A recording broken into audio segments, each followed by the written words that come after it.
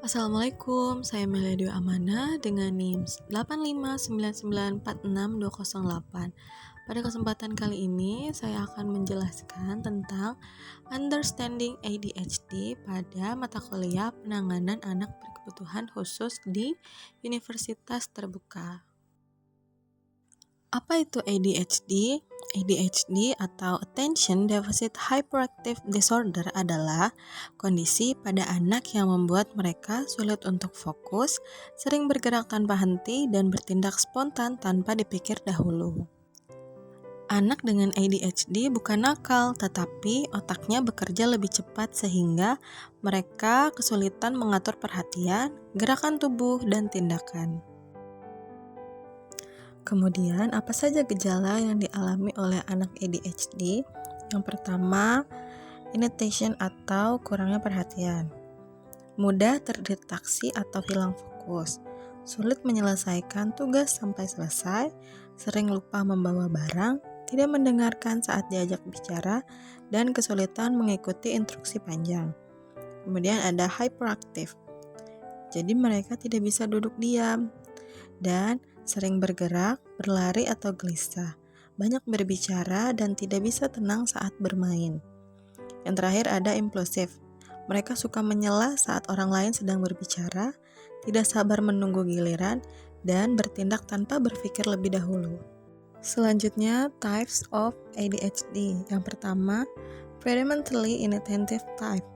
Fokus utama gejalanya pada kurang perhatian atau mudah lupa, sulit fokus, dan tidak terorganisasi. Yang kedua, predominantly hyperactive impulsive type. Fokus didominasi perilaku hyperaktif dan impulsif. Tidak bisa diam, banyak berbicara, dan suka menyela. Yang terakhir ada combined type. Mereka mengalami gabungan gejala dari inattention dan hyperactive atau impulsif. Kemudian, cause and risk factor. Anak ADHD tidak memiliki satu penyebab yang pasti, tetapi terkait dengan yang pertama, genetika atau riwayat keluarga yang sangat berperan. Kemudian perkembangan otak, perbedaan struktur dan aktivitas pada area otak yang mengatur perhatian dan kontrol impulsif.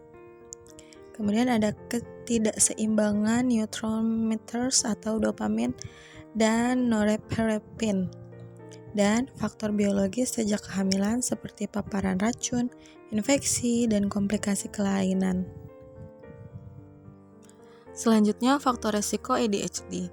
Yang pertama, memiliki orang tua atau saudara dengan ADHD, kemudian lahir prematur atau berat badan terlahir rendah, paparan alkohol, rokok, atau obat terlarang selama kehamilan, paparan timbal atau polutan tertentu, riwayat cedera otak, stres berat atau peristiwa traumatis pada masa awal perkembangan, tidak menyebabkan langsung, tetapi bisa saja berpotensi memperparah gejala.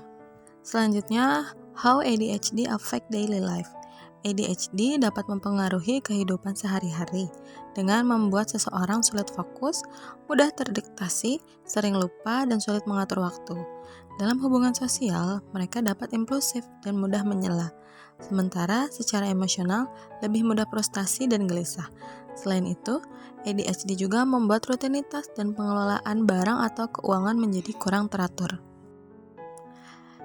Selanjutnya, the handling children with ADHD. Yang pertama, berikan instruksi secara singkat dan jelas. Kemudian, membuat rutinitas atau jadwal yang teratur, kurangi distraksi saat belajar, menggunakan metode belajar yang menarik dan bervariasi, berikan pujian atau reward untuk perilaku baik, dan izinkan anak-anak bergerak kecil saat belajar, pecahkan tugas besar menjadi bagian-bagian kecil, tetapkan aturan sederhana dan konsisten, serta bangun komunikasi yang positif dan sabar. Conclusion about children with ADHD. Anak dengan ADHD memiliki kesulitan dalam fokus, kontrol impulsif, dan aktivitas berlebih. Namun, dengan bimbingan yang tepat, mereka dapat berkembang dengan baik. Dukungan berupa rutinitas yang jelas, instruksi sederhana, lingkungan belajar yang minim gangguan, serta pujian yang konsisten dapat membantu.